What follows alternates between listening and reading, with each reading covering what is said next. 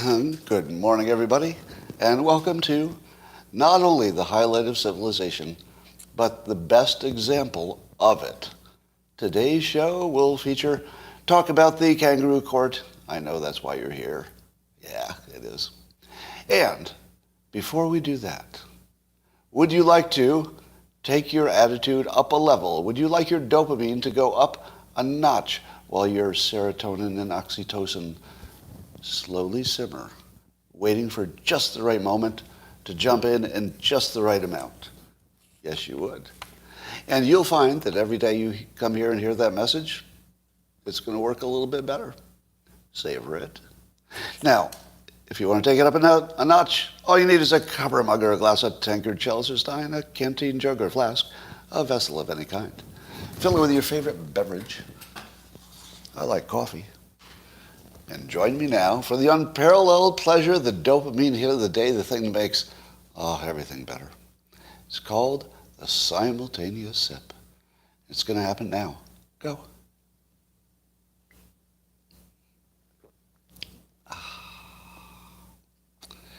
I saw a suggestion in the comments that it should be called the simultaneous swallow, but I'm going to save that for the evening program, if you know what I mean.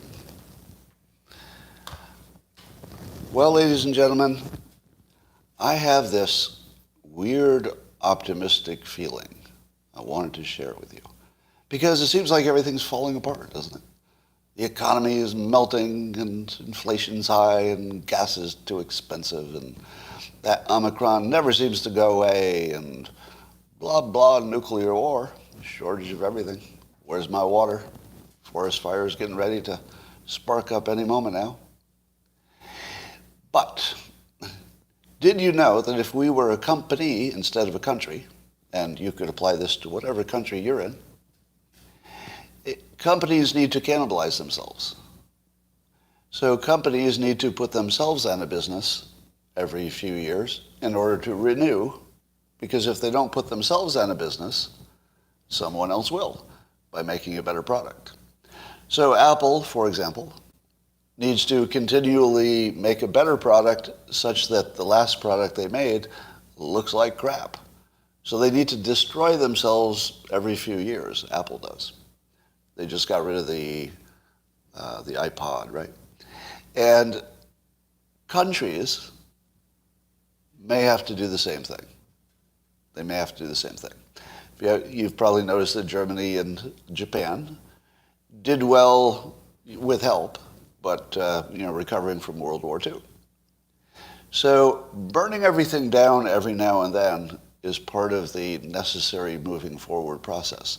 The part that's alarming is that the safest path for humanity looks like the least safe path. Because we're naturally biased toward keeping things the same, don't rock the boat. And for anything to change drastically, you gotta rock the boat.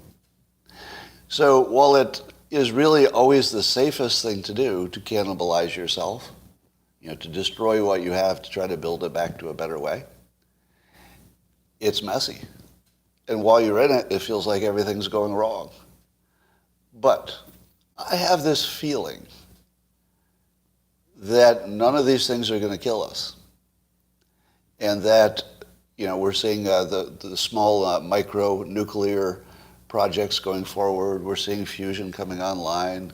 We're seeing big, CO2 scrubbers. We're seeing all kinds of innovation in everything from, farming to space to who knows where we're going to find our, next rare earth minerals. Some people say we'll just mine them from the ocean. So almost all the things that look like these horrible problems are almost guaranteed to create a renewed product or a set of products or new systems around those things that weren't working well before. There's just a whole bunch of stuff that's going to get better. And today, we're just going to have fun talking about the silliness and thinking about all the things that are going to get better, even while it feels like it's not. So that's the toughest situation in which to be optimistic, when everything's on fire. But everything that burns down gets built back better, to use a Bidenism. Well, here's a story. True story. Somewhere in Pennsylvania on Thursday, 2 people were rescued after falling into a tank full of chocolate at the Mars M&M factory in Pennsylvania. So 2 people fell into a big tank of chocolate, which was actually kind of dangerous. It is not clear how the 2 people got in there, but there are some preliminary reports about the 2 people who got into the M&M chocolate. Preliminary reports are that they were both nuts. Talk among yourselves. It's fine. Yeah. I know. Some of you thought it was the best thing you heard today. Some of you are saying, oh, God, why am I listening to this? I know. It's a very individual thing. But, yeah. And the moral of the story is keep your nuts out of the chocolate. Keep your nuts out of the chocolate. That's the moral of the story. Well, I have come up with a solution for solving the immigration crisis at the border, specifically the large numbers of them. I'm pro-immigrant. I just think we should be able to control how it's done. And right now the Democrats seem to be less interested in controlling it, and so it's hard to make a deal. But I came up with a strategy that you will laugh at. I'm going to make you 2 guarantees. 2 guarantees. Number 1, you'll laugh because you'll think it's a joke. And then after you laugh, you'll realize that the reason you're laughing is because it would work. So these are my promises. I'm going to deliver this right now. You're going to laugh, and when I'm done, you're going to say, damn it, that would actually, in the real world, that would actually work. Completely work. It goes like this. Give all of the immigrants in the caravans free red hats. Now, originally I thought they should say MAGA on them, but that's too far. Just put an American flag on them. American flag and a red hat. And they all have to have them before they come across the border. Do you know why? Number 1, no one says no to a free hat. No one says no to a free hat because it's really hot, and a lot of them don't have hats. I was looking at them. I was looking at the migrant caravans.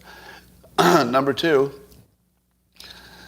what do Republicans think when they see the migrants streaming across the border, and they're thinking, "My God, look at all these future Democrat voters." They think they're losing their power, because maybe they are. I don't know. I don't think necessarily. But maybe they are. I can see why they'd worry about it. But imagine if every time you saw a new video of a caravan streaming across the border, they were all wearing hats that reminded you of Republicans. This is the part where I just turned you. You just realized, wait a minute, they would take the free hats, it would just have an American flag on it. Wouldn't you like to see people streaming across the border wearing American flags? Wouldn't you, first of all, wouldn't you feel differently? Wouldn't you feel differently? I know you're going to say, no, I wouldn't. I would use my rational brain. Yeah, I know it's genius. It is genius. I'm not done yet. This is going to get better, by the way. I'm just starting. It actually does get better. So the first thing you do is you make the media argue whether a red hat with an American flag on it only means Republican. Because it doesn't, but the left has made it mean that to themselves. So if it means that to themselves, well, that's sort of on them. And it wouldn't cost them any money. Here we assume that there's some Republican fund that funds these hats. Number 2, do you think it would influence the immigrants to be more pro-American? Just because they got a free hat and it had a little flag on it? Yes. Yes, absolutely. Yes, it would influence them. Not only would they be influenced by the hat that they were wearing, but they would see their friends with the same hats. They would absolutely find value in the hat. They would feel an immediate sense of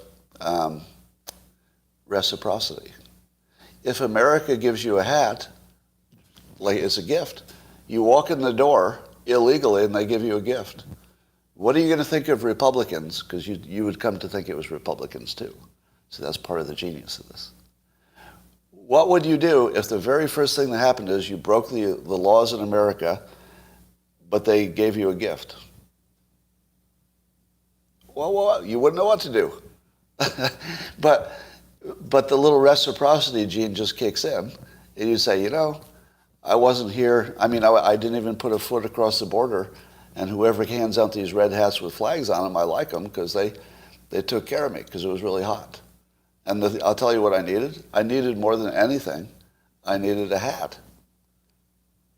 If you look at how poor they appear to be, it looks like they can't afford hats, a lot of them, because I don't know why you wouldn't wear one in the summer.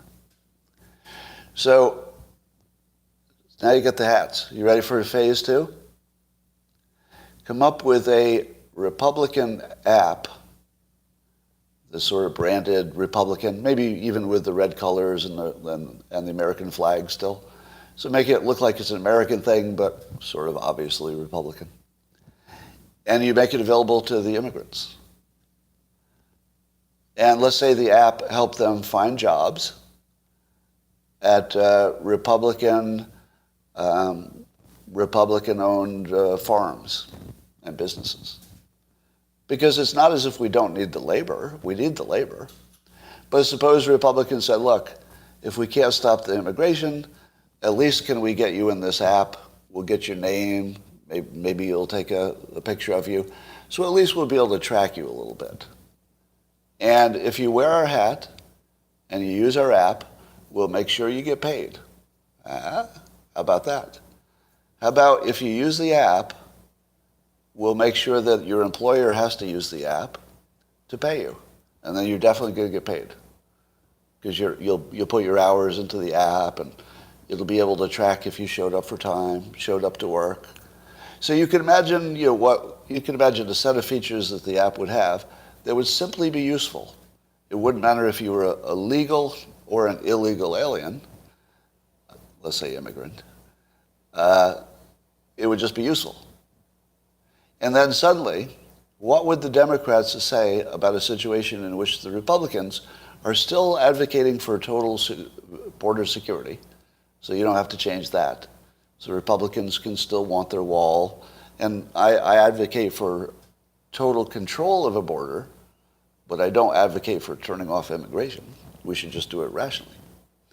And so what if the Democrats said to themselves, wait a minute, I just saw that poll that said a lot of, I don't know if it's first or second generation immigrants from Mexico and Latin America, that a lot of them are more Republican.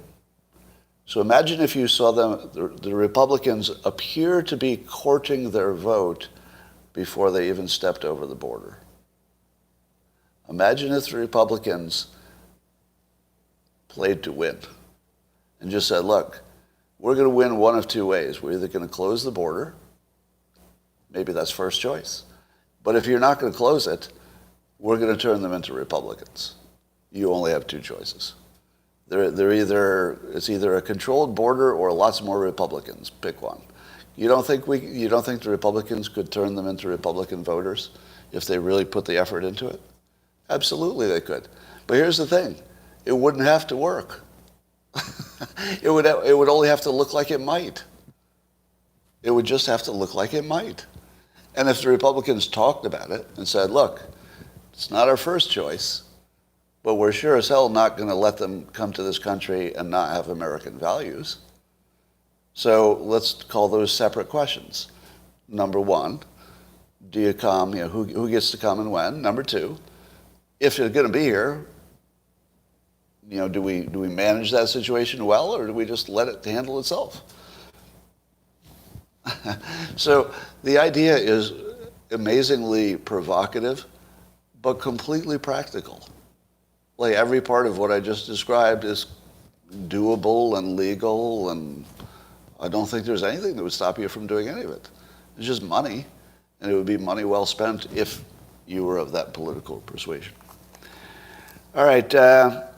Rasmussen reports that gap when they do the generic Republican against the generic Democrat for the midterms, the lead is up to 9 points for the generic Republican. So that's up from 8. So I think it's the highest gap, correct me if I'm wrong, at least within Rasmussen, at least lately. I think it's one of the biggest gaps we've seen in enthusiasm or likely outcome. But remember, there are no generic Republicans and there are no generic Democrats. So it doesn't really mean exactly that all the Republicans win. But we'll see. Amazingly, Twitter has decided to give Elon Musk all the data he wants. It's been described by some as a fire hose of data. Now, it could be a trick. They could be giving him so much data that it can't be analyzed because it's just not in the form that anybody can use it, that it can't be analyzed before the deal needs to close or, if there's some kind of deadline involved. I don't know if there is. But it could be a trick. They could be just burying him in data, which would be as good as giving him nothing. So let's wait for the next level of information about what this really, really means. Because the next thing you should hear is Elon Musk either saying this data is useful and it's exactly what I wanted, or he'll say, what are you trying to pull? This data is useless. And it doesn't tell me what I need to know, or there's something missing or something like that. Which way do you think it's going to go? Do you think Elon Musk is going to take that data and say, exactly what I asked for? Thank you. And now I have my answers. Have you ever worked for a big company? Everybody who's ever worked for a big company knows this is a trick. Of course it's a trick. Now, we don't know how much of a trick, but it's a trick. All right. There's no such thing as a big corporation that just says, you know what?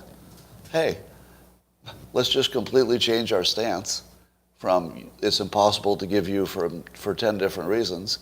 Completely change that, and we'll just give you all the data. That doesn't happen in the real world, and it didn't happen here. But the news might report it that way. There's some kind of trick. It's either too much data, the wrong data, or it's 99% of the data, but without the 1% that really would be the dangerous part. It could be that the data has already been, massaged. It could be anything. It could be that they're selectively picking time periods for, when they looked at the data. Perhaps it's the data only since after they scrubbed out the bots. You could think of 50 different ways a corporation could manage this situation, if you know what I mean. Manage the situation, massage the situation. And I say this as somebody who worked for big corporations, massaging data. This was literally my job, to make stuff persuasive. So, and that meant a little bit of interpretation and assumption going on there. All right, well, keep an eye on that space. Let's talk about January 6th and the hearings. How many of you watched it? It was tough to watch all of it. I tried to catch as much of it and plus the arguments as I could. So the first thing you care about is that Fox News just had Tucker Carlson's show instead.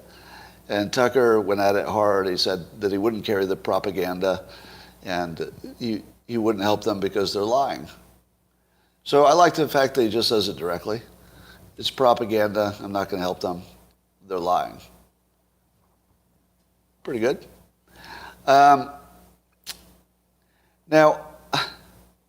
here are some of the lies. The CBS apparently said the protesters caused the death of 5 police officers because of the January 6th protests.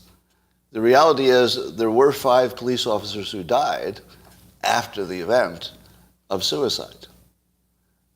But there's no definitive connection that that January 6th caused that because there's a high rate of suicide among that population. So that was just one of the examples of the I would call that a lie. I mean, it's important. I think it's definitely worth noting, but you have to put it in context, otherwise it's a lie. Now, here's the thing that I wasn't quite sure of like I thought this was going to be the case a little bit, then I thought, no, that's impossible. They're actually having the hearings and just showing one side of the argument? I thought I was hallucinating. I thought, well, wait, why would you even call this a hearing? Like, what does a hearing mean? And since when in the United States does anybody think a fair system is one side telling their story? Is there even one person anywhere, even one person? This is an actual challenge. Find me one citizen of the United States, legal or illegal, who thinks that a good system involves hearing one side tell their story. Literally nobody. There's not one person in the whole world who thinks that that makes any sense. And yet they're doing it right in front of us. Now, what I love about their strategy from a persuasion perspective, if I'm going to give them a persuasion grade, it's going to be good. So don't let that annoy you, because what they're doing is completely unethical, un-American, unscrupulous, as horrible as the violence at January 6th. Yeah, I just said it. What the Democrats are doing right now to the country is on a par with the thing they're talking about. The violence, which did look pretty bad. You know, the videos are quite persuasive that there was a super, super dangerous situation with real injuries. And you do really feel it. So persuasion-wise, they did a great job because they make you feel it. They put you right in the scene. And you hear the anguished calls from the law enforcement people, you know, that they're basically outnumbered and getting pushed around and everything. And the genius of which they, of course, selectively, you know, put the audio over the video. Because don't you think there were some law enforcement people who weren't talking like they were about to be killed at any moment? There had to also be video or audio of law enforcement saying, we will need reinforcements over at the East Gate. Looks like we're holding them, but better get over here pretty quickly. Was there anybody who talked like that?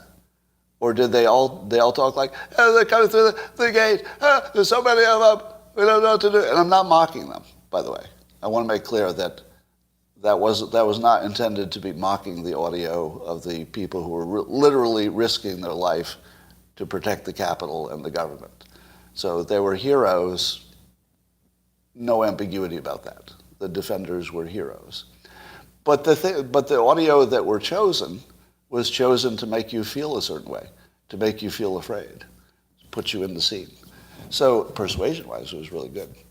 Now, if you were just going to dip into this like most consumers would, you know, people like me, some of you are going to sort of dig in and see what's going on because we like it, just a hobby. But the casual public is going to turn this on and they will be under the mistaken impression that it's some kind of a balanced discussion or you see both sides or, you know, somebody gets to interview people and then there's, you know, counter interviews. You would just assume that the other side was being shown, wouldn't you? But it's not. Do you know why this is in the form of a documentary? Because really, they put together like a show. It's like a documentary. Because a documentary is persuasive because it doesn't try to necessarily, depends on the documentary, but it doesn't necessarily try to show both sides. And I don't think there's any effort. I mean, nobody's even trying to do it. So why do you have to do a documentary as your form of presentation? You use the documentary form when the facts don't make the case. Where would this be if the facts made the case? Wouldn't there be some kind of legal court case involved? All right, here's my first aha moment.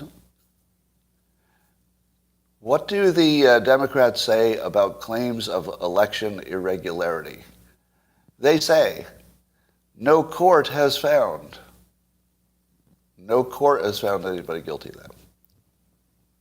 So why do the Democrats need to use a documentary hearing that shows only one side? Why do they need to do that? because there's no court that found whatever it is that they're alleging to be illegal, except for the specific cases, of which there are quite a number of them, of specific people who did illegal things, which I don't minimize.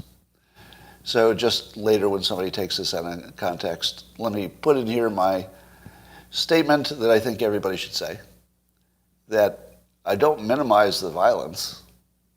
That was pretty bad looking situation, I gotta say, the violent parts. But also, that was, a small percentage of the people who were there. I think the people who were behind the people who were doing the violence were just sort of going along for the ride. Maybe unwisely, but it's a whole different level of badness. All right, so amazingly, Democrats have responded to this thing that they're calling an insurrection by creating a propaganda vehicle to demonize part of the country without giving that part of the country due process and the right of rebuttal. What would be, hypothetically, and I'm not recommending this, I want to be really clear, I'm not recommending this, but just as a mental experiment, what would be a process that the public would use to fix a problem of its government going into bold propaganda mode and accusing people without letting them defend themselves? What would be voting? Voting would be one, yeah. The other would be an insurrection. So the Democrats have decided to respond to what they call an insurrection, but wasn't. And we know that because people who plan insurrections, they generally have their weapons out. That's like, insurrection 101. But that wasn't the case with these protesters. So whatever it was they were planning to do, it wasn't taking and holding the country, that's for sure. So if you were to blame half of the country for causing an insurrection, and it's a fake accusation, and you make the accusation in public, and you damn these people, and you compare them to white supremacists, and you try to get them, get the country so angry at them that one of them might get a loaded weapon and drive across the country and try to kill a Supreme Court justice. If you were so despicable that you would do any of these things, I can think of one solution: an insurrection. I don't recommend it. But you have to be conscious of the fact that they're creating the situation that invites an insurrection, which is demonizing one part of the public unfairly and not letting that side of the public present their side of the case. That is the most un-American thing you could do. And that is the reason that revolutions are fought. Revolutions happen because the government is abusing you and not letting you have your say. This is the government abusing part of the public right in front of us and not letting them have their say. This is worthy of a fucking insurrection. I don't recommend it. It wouldn't be useful. But it's worthy. It's worthy of it. From an ethical, moral standpoint, these are people who should be thrown out of government and the whole system should be torn down and it should be replaced. Wouldn't be a good idea. Don't do it, right? Because it's just not the kind of destruction we need at the moment. But morally, ethically, yeah, they've made the case for insurrection. They have made the case for insurrection. And that's what they accomplished so far. Have we ever had a less competent government? Literally no. Literally no. We've never had a less competent government. They've actually created a public case for insurrection by removing the most basic protection that every fucking American has, which is the right to face your accuser and address the allegations. The most basic fucking right. Most basic. After free speech maybe, which is also under assault.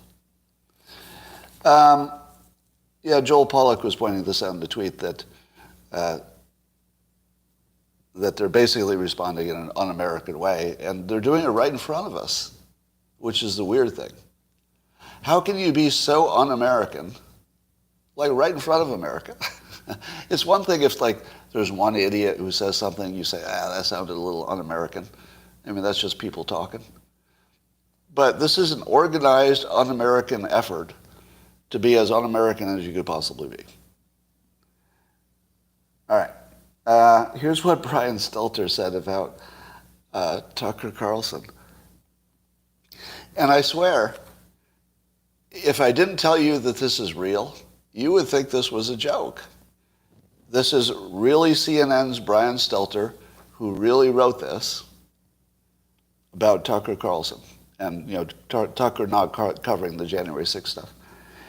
So Stelter says, Carlson sounded like an amateur magician who tries to distract kids when a performance falls apart.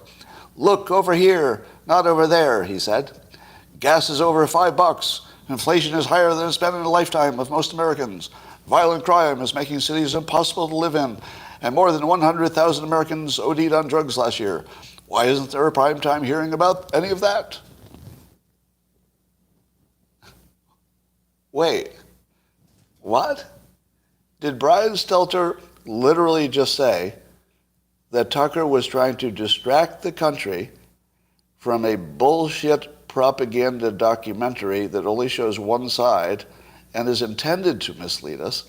It's designed to mislead us by design or right in front of us.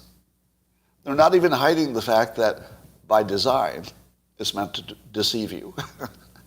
Because everybody knows that if you only show one side of the argument, it's meant to deceive. Children know that. Everybody knows that. So Stelter says that instead of looking at the thing that is clearly meant to deceive you for pure, political reasons, that Tucker Carlson, that bastard, is trying to make you look at your current biggest problems. That is despicable. Tucker Carlson is trying to get you to focus on your own personal biggest problems and the country's biggest problems, which are yours as well, inflation, etc. And he's distracting you from the thing that has no purpose whatsoever except to be bad for Tucker Carlson's audience. This doesn't even sound serious, does it? Have I become so hypnotized myself that this does make sense to other people, and it's just that when I see it, my brain can't make sense of it? Or does it really not make sense to anybody that the ridiculous thing, that we're being distracted by our actual problems instead of looking at the ridiculous thing? It's pretty bold. It's bold. You know what we should do with Brian Stelter? If there's anybody who should fall into a giant tank of chocolate, well, there's one nut. No, that sounds violent. Do not do anything bad to Brian Stelter, who I kind of like, by the way. One of the strange things about Brian Stelter is that as much as he is mockable in many ways, he's also really likable. Like, he looks like if you knew him personally, you'd be fun to be with. Anyway, so if you have not watched the January 6 hearings, I want to explain the logic, because they took a lot of variables and they put them together. So I'm going to run through the argument, and let's see if you can follow it. All right? Now I'm going to summarize it into its simplest form, but see if you can follow along, because it's going to be a bunch of different pieces that come together like, dare I say, a masterpiece. Right? I mean, it'll start just by parts, but eventually it'll become like a delicious gourmet soup. But you have to wait for the end. All right, here's what the Democrats are telling us. Number one, there were some white supremacists, allegedly, who were members of the Proud Boys. And the Proud Boys being a group whose leader is a person of color. So that's assumption number one. There are white supremacists in this organization that's led by a person of color. Enrique? Somebody? The Proud Boys have had at least one conversation with a different group called the Oath Keepers. We don't know what they talked about, but they've talked. They've met each other. They've talked. Trump encouraged legal protests against certifying the vote before there was an audit, because he wanted to make sure the vote was accurate. So Trump encouraged legal protests, and we see the evidence of it in his words, etc. Then number 4, members of the Proud Boys and the Oath Keepers were allegedly the violent ones at the protests. So they showed video showing those two groups, and they seem to be at sort of the vanguard of the fights with the law enforcement. And they're the ones who fought and injured law enforcement. Number 5, Trump once said of the Proud Boys, when asked about them, that they should stand down and stand by. I think was that the exact quote? Stand down and stand by. And then the fake news told you that what that means is they should be ready for violence on his behalf. That stand down and stand by should be interpreted not as don't do anything, but rather as get ready to do something. Because if you didn't know it, and we learned this during Trump's term, and I didn't know this. I thought when he talked, he was saying like actual words meant the same as normal words. But apparently Trump has this thing that they call like a mafia don talk, where if somebody says, let's say if a normal person say, hey, if I'm away for the weekend, could you take care of the cat? That would be how a normal person talks. And then you say, oh, take care of the cat. That would be feed the cat, change the litter box, make sure it doesn't get out. Got it. Take care of the cat. But if Trump were to say take care of the cat, then that's mafia leader talk. And the way you should interpret that is, when I'm gone, take care of the cat, which would be interpreted as kill the cat. So if you didn't know that Trump does opposite talk, where when he says, be peaceful and love, that what he really means is get ready for, evil and killing and fighting, because it's opposite talk. Now, how do we know this? I don't want to get into the whole background of how originally we found that Trump is a backwards talker, like a mafia don. But if you look, you can do your own research. It has to do with the Rosetta Stone. If you take it back to the Rosetta Stone, blada, blada, blada, blada, Trump's a backwards talker. Stand down and stand by means grab your weapons and run into the fight. So that's the argument. And let's see, there's some more stuff here. Trump's advisors did not think the election was rigged. So Ivanka, Bill Barr, they did not think the election was rigged. And therefore, that should tell you something about what Trump thinks. Because what people who are not Trump thinks gives you an insight into what Trump thinks. You see the connection there, right? People who are different people, if they have thoughts in their head, but you don't know anything about what's in Trump's head, you could look at the thoughts that are in the other people's heads who are completely different personalities with different incentives. And whatever they're thinking, logically, because of science, is what Trump is also thinking. So that's part of the argument. Trump did not try to stop the violent protests. Now, I haven't heard him say why or what the counter-argument is, but even I would say that sounds like a reasonable criticism. Because I think there was even evidence that Don Jr. and others had asked him to at least disavow the protest. So I don't know what he did or didn't, but their argument is that he didn't try to stop it for hours. All right, so you put it all together, and all of this collectively, not any one thing, but collectively, when you see it all together, these individual ingredients, they create this delicious gourmet soup, which says the following. that Trump instigated an organized insurrection against the government, well, there's no evidence that supports that claim. But you have to look at it in its totality. So while there's not any piece of evidence to suggest that he did that, none, if you put all the stuff that is not any evidence that it happened together, and you look at it as a whole, then suddenly you can see it. So it's the same process of making soup. If you had no ingredients for your soup, this is like a Democrat soup. So a Democrat soup would be like, let's say it calls for some carrots, but you don't have any carrots. That doesn't matter. And it also calls for some meat and some broth, but you don't have any meat and you don't have any broth. Doesn't matter. It's a Democrat soup. And then it calls for like some potatoes, but you don't have any potatoes either. And when you're done, you didn't actually have any of the ingredients, but that doesn't matter. Because it's not about any of the ingredients existing. It's about how delicious the soup is when you put together all the ingredients you don't have.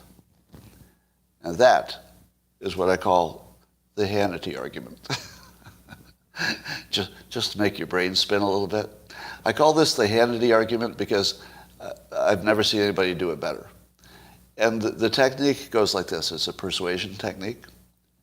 That you list several things that are true, and then one thing that is not supported by the facts, and the brain takes them all in as if, well, if the other things he said are true, probably that other thing that I don't quite understand is true as well. So you take in the whole thing because it's couched in other stuff that's true. And I'll give you an example. Now, this is not a real example, but it's an example of the technique. If I were to try to use this technique, I might say, potatoes are food. All humans eventually die. Crops require water. Some farmers have drought problems. Trump eats potatoes and drinks water. Therefore, Trump wants you to die. Now, Hannity has never said that, right? So it's not a real example. But it's an example of the 5 true things and then toss one thing in there and change the subject. All right, I'm going to read it again because you have to, once you recognize the technique, you'll see it all the time. Hannity is not like the one person who does it, right? It's an opinion person thing. So anybody else who does opinion work, you're going to see this. All right, I'll say it again. And it's the speed you say it that makes it work. All right, we all know potatoes are food. All humans eventually die. Crops, they require water. Some farmers have drought problems. Trump eats potatoes, he drinks water. Therefore, Trump wants you to die. Next story. Here's how Axios described this argument technique. All right, so I'm describing it as a Hannity persuasion. Axios is trying to make a name. Correct me if I'm wrong in this. I think this is true. Axios was trying to make a name as a news organization that was not obviously left or right biased. Is that true? And have they succeeded in that? Because I feel like they have, actually. Yeah, I do. Axios is on my list of sources to try. Now, I feel as though they've had stories that maybe the right didn't like and probably have stories that the left didn't like. But I feel like they're making an honest attempt to not be biased. Okay, some of you are agreeing. And I would say that in my casual, perusal, it looks like they succeed, but I can't tell. It looks like it. But here's how Axios talks about the Democrats' argument. They called it indirect connective tissue to establish Trump's culpability in this. Indirect connective tissue. Would you like to hear an example of an argument that uses indirect connective tissue? All right, here it goes. Here's an argument with indirect connective tissue. Potatoes are food. All humans eventually die. Crops require water. Some farmers have drought problems. Trump eats potatoes and drinks water. Therefore, Trump wants you to die. That, ladies and gentlemen, is indirect connective tissue. And scene. Liz Cheney says former President Trump had a, quote, sophisticated 7-point plan to overturn the 2020 presidential election. over the course of several months. And I'm thinking to myself, have you ever heard of President Trump? Let me tell you one thing he didn't have. All right? There are many things he has, many things I don't know about, many things he might have private thoughts I don't know about. Might have investments I don't know about. There might be all kinds of things I don't know about Trump. Lots and lots of things I don't know about him, probably. Wouldn't you assume? But here's one thing I do know about him. And I feel confident in saying this. He has never had a sophisticated 7-point plan. I just feel good about that. I feel good in saying with some confidence, he's never had a sophisticated 7-point plan. Do you know why? Let me tell you why. Because he's not a fucking idiot. Do you know who has sophisticated 7-point plans? People who don't know how to do anything. That's who. There's no such thing as a sophisticated 7-point plan that anybody ever pulled off. Like, I don't even think Elon Musk had a sophisticated 7-point plan to get to fucking Mars. It was probably more like a 3-point plan. You know, hire the best engineers, figure out the cheapest way to do it. Yeah, I don't think he had a sophisticated 7-point plan at all. I think maybe 3 maximum. And that's Elon Musk getting to Mars. All right. 3 points maximum. So anybody who thinks that Trump had a sophisticated 7-point plan doesn't know, number one, anything about Trump, because the secret to his success was simplification. Simplification is almost the complete description of why he works. Trump simply takes all the complexity out of it. And all you're left with, build a wall. Oh, okay. Reduce regulations. Oh, yeah, okay. Make lots of energy. Yeah, that makes sense. Strong military. Okay. Right? Am I wrong? You could describe almost every Trump policy with less than a sentence. You could describe every Trump policy with a sentence fragment. You don't even need the full sentence. Am I right? So the fact that they're trying to sell to the American public that Trump, of all people, the person who has had the most success in the world was simplification. And he had a sophisticated 7-point plan and no advisors who apparently thought it was a good idea. Yeah. Now, when people talk about the 4-dimensional chess, he does know how to persuade, but that's right in front of you, right? There's nothing like sophisticated about it. The technique is very simple. Make you think past the sale, make you optimistic, bring energy. Those are really right in front of you.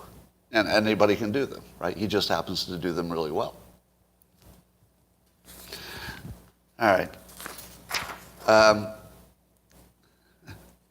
And also, Liz Cheney's using words like that Trump lit the flame. So the violence of January 6th is because Trump lit the flame. Now, what legal standard is that? Can you remind me of the legal standard for lighting the flame? I suppose if you yelled fire in a crowded theater, that would be an example. But it's sort of a vague, the theater is a specific example. That's why it doesn't work for anything else. You can't really generalize that one. But the fact that they have to use such generalities, if he had committed a crime, they would say he did X, which is a crime. But if you just were talking and then other things happened, you've got to say stuff like he lit the flame. And what if he did? What if he did? That's either a crime or it's not. There's not much else to say about it, right? If it's not a crime, then it's free speech. And what do you do with that? All right. Let me ask you this. Out of the 70, how many Trump voters were there? 70-some million? 74 million, 5 million? How many Trump voters were there? 76 million, somebody says. All right.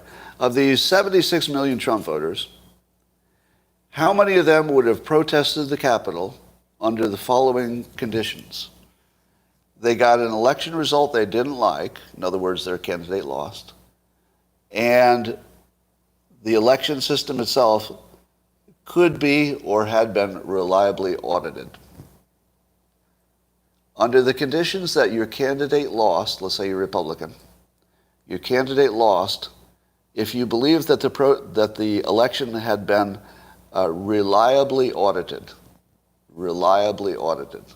so that you knew that your candidate really lost. How many, give me an exact number of the 76 million Trump voters, how many of them would have marched on the Capitol because they lost for an election that was reliably audited? Still fucking zero. Still zero. 69. 420. Yeah. It's still zero. Now, is that not important context? Just think about it.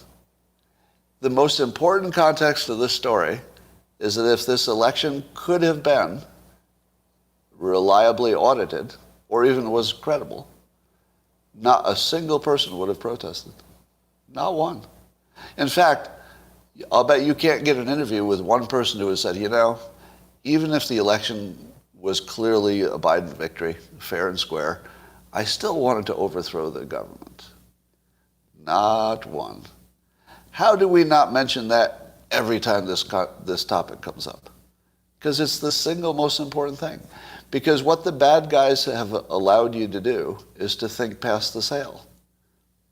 They're making you think past the election being credible because it hasn't been proven fraudulent, which is a different topic. We know it hasn't been proven fraudulent, or at least in the courts. We don't know that it was a credible election, that if you audited it, you'd get the same result, because you can't fully audit our elections. So how is that not the most important context, that not a single person would have protested if they believed the credibility of the system? Just the credibility. And yet, which one of the assholes in the January 6th hearing is working on fixing the root problem? It's a root problem that made tens of millions of people support the people who marched on the Capitol. That was the root problem. So you got Kamala Harris working on the root problem in Central America. And do you know what her solution was? She finally came up with a solution. She said we have to work together. I just saw a clip of it today. And I hadn't thought of that. But apparently, if we work together with the Central American countries, problem solved. And nobody had come up with that solution until she did. A lot of people were like, well, what are we going to do about this? Let's fight. We're like, well, we'll fight. You know, we're part of your continent. We have no beef with you. I don't know. It's just what we do. Let's fight.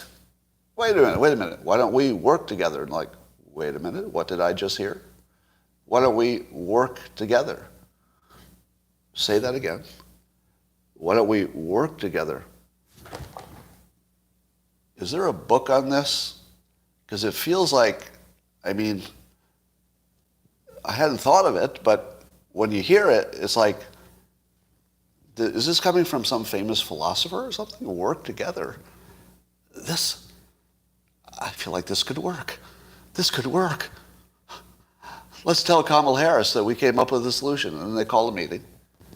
And Kamala is there, and she says, I assume she would say this, so why are we here?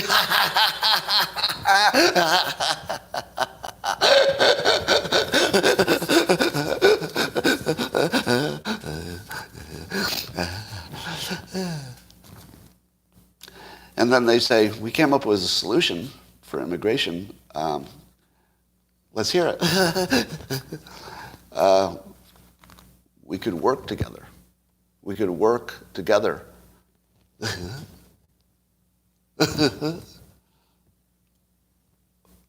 could work. And so there we have. Problem solved. There's been, we have a solution. There's been a speech about it. Bada bang. But 76 million Trump supporters, all concerned about one problem, which is election credibility, and 750 million, no, there's fewer than that, but a lot of assholes in Congress who are making you think that the real problem is that you're complaining about it. Let me say it again. 76 million Trump voters, not one of them would have protested an election that had been held in a credible, transparent way. I'm not saying it was fraudulent. I'm saying that you can't have credibility unless you have transparency, and we didn't have full transparency. So it wasn't credible. So the problem, the solution to the gigantic problem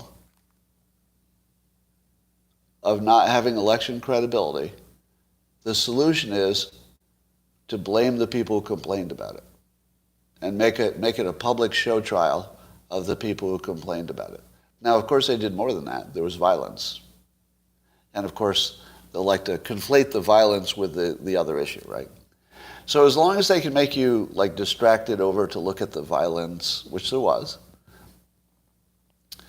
then you don't get to talk about the only thing that mattered, which is you weren't quite sure that we have a real election system in this country. And not one of those people in Congress is working on it. If you were the news, if I were a reporter, I'd say, 76 million people were concerned about election integrity, and so that would make that really the biggest problem in our political system to fix. What were you doing today on that problem? Oh, I was complaining about the people who complained about it. That is a whole new level of worthlessness. Let me list the worthlessness levels. Number one, the best thing you could do is there's a problem and then you work on it like with a real solution. That's the best you could do. Number two would be there's a problem and you work on it, but you don't have kind of the right solution. That's not as good. But at least you tried. You put some effort into it. You worked on it. Below that would be doing nothing. Doing nothing would be worse than trying something that didn't work out, because at least you know what doesn't work out next time. So that's below. But there is one new level below that.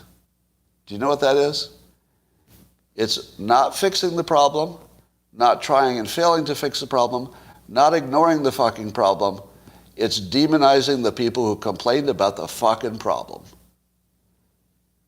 That is the lowest level of human behavior. It's barely fucking civilized. Barely fucking civilized. It's not American. I don't know what the fuck it is, but it's not American. We can all agree on that. Do you know who's more American than these motherfuckers who are selling this one-sided propaganda to the country and ignoring the real problems? Do you know who's more American than every fucking one of them? The caravans. The caravans coming across the border. Yeah. Now, I'm not in favor of open immigration. But I'm just saying, let's put it in perspective. Who is more American? The people coming across illegal in the caravans who want to be part of this country, buy into the system in enough of a way that they'd rather be here than somewhere else. Who's more American? It's easy. Let me ask you another question. Who would you trust? Who would you trust? Liz Cheney or a random member of a Central American caravan? Who would you trust? Just in any just sort of random situation. Who would you trust? I mean, really, our priorities are so wrong here. So wrong. So, did I hear that there are 2 more weeks of this? Is that true? Do I still think it'll backfire? No. No, I don't think the hearings will backfire. I think that they will be completely successful as a anti-American propaganda attack on citizens of this country. I think it will work exactly the way they intended it to. Because the quality of the persuasion is very good. So if I haven't said that again, let me say, if I were just analyzing the technique, unfortunately, it's really good. Really good. A+. No minds will be changed? Probably. Not many. But I wonder if anybody had the same feeling I did. While I was watching it, I would hear them make claims about how Trump inspired it, the violence, and they would play, clips of Trump talking, and I'd say, oh, here it is where he's going to say something, and then he doesn't. And then they say, and then Trump keeps inspiring this violence. Here's another clip of him. And I'm like, okay, here it comes. And I'm listening to it, and then he doesn't do anything like that. And I think, well, they must be saving the good ones for later, but I'm too busy to watch it all, so there must be good ones there. They're just waiting for the good ones. But I don't think there are any good ones. We probably would have seen those first.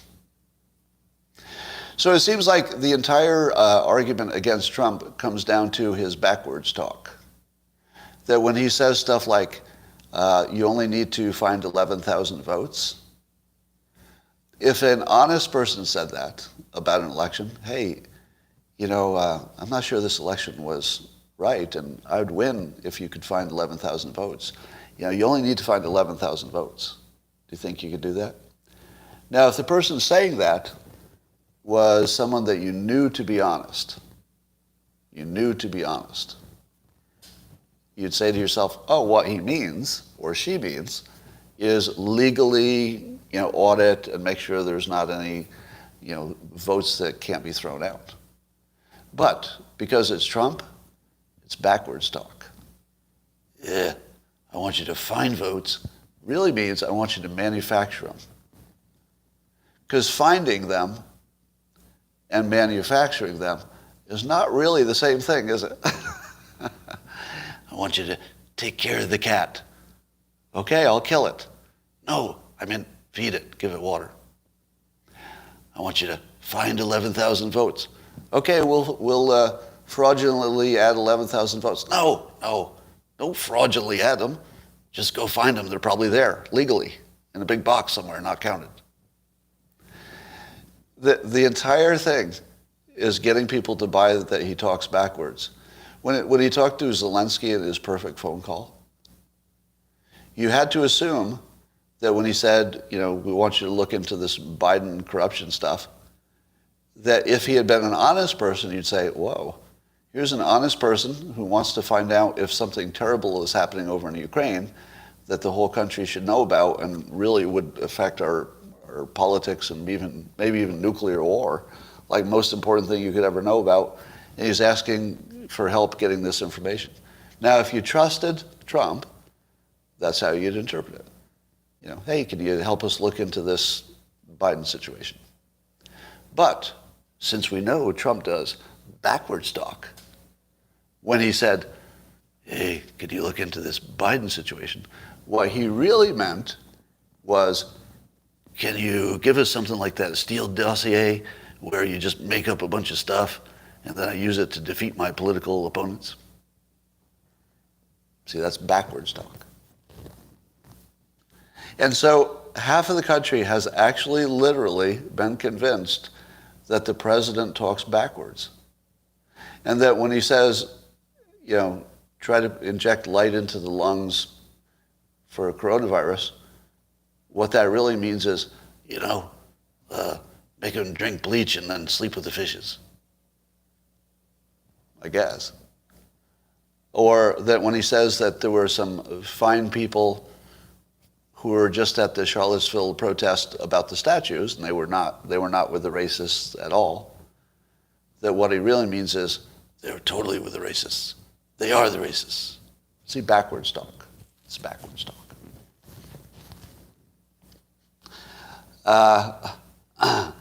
Now, can we conclude already that this is the best live stream you've ever seen on politics, and especially this topic? Yeah, I know. It really is.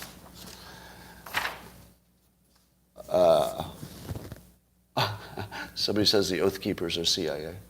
Well, don't you assume that all of these groups are infiltrated? Boy, I'll tell you one thing, though. There's one thing that the video of the event does really well. Have you noticed that the Proud Boys have one characteristic, aside from being white and male, most of them, one characteristic? They're kind of big, aren't they? Have you noticed how big the Proud Boys are? I mean, they're just big. They're just really big.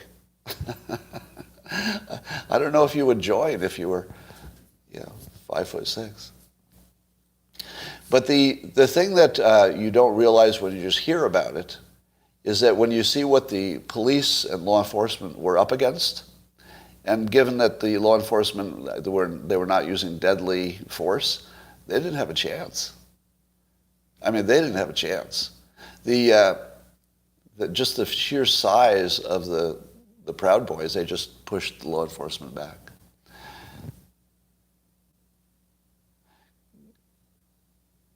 Yeah. Well, anyway, that's all I got for now. This does not work without owning the media, yeah. Everything that the bad guys are doing with this January 6 hearings, none of this would work unless the media was illegitimate. Did you see some of the titles that some of the networks were doing? Attack on democracy. So one, was it CNN? I think it was CNN, or maybe ABC, but one of them was Attack on Democracy. And I'm thinking to myself, I feel like that's making you think past the sale. Because if there's one thing that a group of people with American flags chanting USA wants, I feel like they want to protect democracy.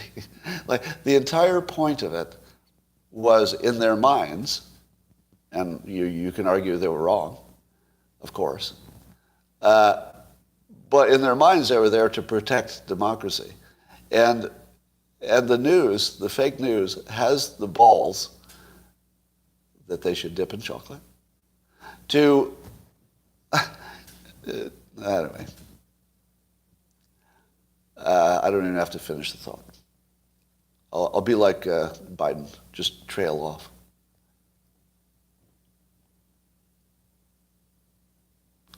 Okay, I think I've changed the world once again and solved most of our problems. Let's say I solved immigration, if we want to solve it. And now you understand everything about January 6th. I think we did good work here. I'll talk to you tomorrow, YouTube.